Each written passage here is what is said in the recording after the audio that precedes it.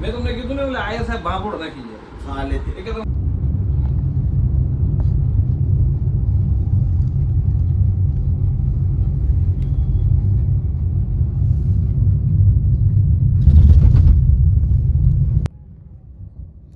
તો ગાઈઝ આપણે જો નીકળી ગયા છીએ અને પાટો કરાવવાનો છે.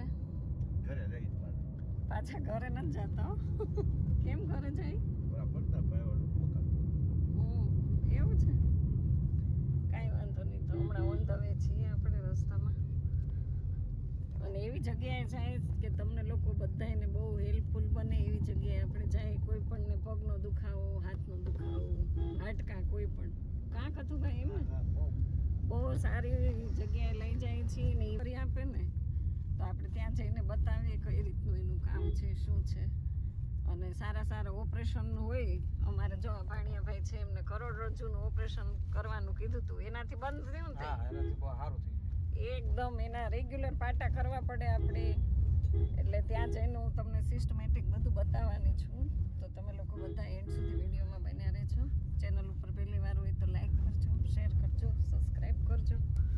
અને પાછી જશું એ ગાડી છે ને ઘર તરફ લીધી છે, એક ગેસ્ટ આવી ગયા છે એટલે એમ હા મસ્તી નો ગોબરું તો હા તો ગાઈસ હવે જો આપણે આવી ગયા ફાઇનલી પાટાપિંડી કરવા માટે મસ્ત મજાના ગામડામાં. તો ગામડાનું વાતાવરણ બહુ સરસ છે. અને હવે જો ડેલો ખોલ્યો છે નો અડે.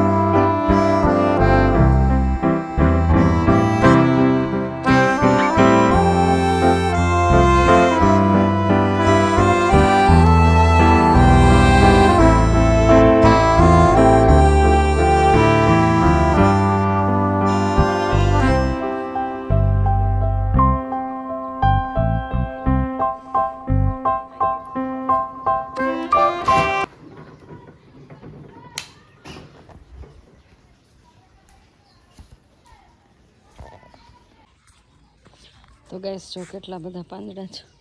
આખો રીઠો ખરીને અહીંયા આવવાનો છે ને તો અત્યારે હવે સાવણો પકડી લીધો. કેટલા પાંદડા છે. તો ગાઈસ અત્યારે સાંજના 5 વાગી ગયા ને આપણે બહાર ગયા હતા. એક જગ્યાએ પાટો કરે છે એટલે મેં તમને આગળ વિડીયોમાં ક્લિપ મૂકી છે. તો એવી રીતે અમે પાટો કરાવ્યો અને દેશી ઉપચાર છે. તો જો તમને કોઈને પગમાં દુખાવો હોય, હાથમાં દુખાવો હોય, શરીરમાં ક્યાંય પણ દુખાવો હોય ને તો ચોક્કસ તમે આવજો અને કોમેન્ટ કરજો એટલે હું તમને એનો ફોન નંબર મોકલાવીશ. અને બહુ સારું કામ છે એમનું. એક પાટાના 400 રૂપિયા લઈ પણ તમે એકદમ રેડી થઈ જાઓ. એટલો સરસ એ દાદાએ પાટો કરી દીધો છે ને. બહુ માણસો આવે છે. એટલે ગોળાની તકલીફ હોય, ગોઠણનો દુખાવો હોય અને આ સમયમાં ઓપરેશન કરાવ્યા કરતાં એ તમે દેશી ઉપચાર કરો ને એ વધારે સારું. તો હવે આપણે છે ને આ નળીને બળીને બધું લઈ અને ઓટલા ઉપર એટલા પાંદડા હતા એને બધું છે ને ક્યારના પાંદડા સાફ કરતી હતી, થાકી ગઈ. બોલો એટલે હવે છે ને દિલ્હીમાં જવા દઈએ. અને જો આ ગામડામાં ગાડી જાય એટલે આવી હાલત થાય. તો હાલો હવે બહુ કામ બધું પડ્યું રહ્યું. અમે ત્યાં ગયા ને 11-12 વાગે ત્યાંથી ગયા હતા અને બહુ મોડું થઈ ગયું. આવી ત્યાં તો આખું ફળિયું ભરાઈ ગયું હતું. બોલો કામ તો આપણી રાહ જોતું જ હોય. અને કહેવત છે ને કે વહુનું વાંચીને વહુને જ એવું કરવાનું. વહેલા મોડું ગમે ત્યારે આવું. અને અરીઠાનું કંઈક કરવું પડશે. જો કેટલી હદે છે, હું તમને ઝૂમ કરીને બતાવું. કેવું થઈ ગયું છે. હજી આટલો માર ફળિયામાં આવશે અને પછી આ બિલ્લી ખરશે. તો હવે આ જલ્દી આપણે વાળી લઈએ, કારણ કે પવન નથી ને ત્યાં જલ્દી વળાય છે. નહીં તો આ બધું આખા ફળિયામાં થાય, પાંદડા. અને મને ત્યાંથી આવીને એટલું બધું માથું તડકાનું ચડી ગયું હતું ને, એટલે સૌથી પહેલાં વાળમાં તેલ લગાડી દીધું.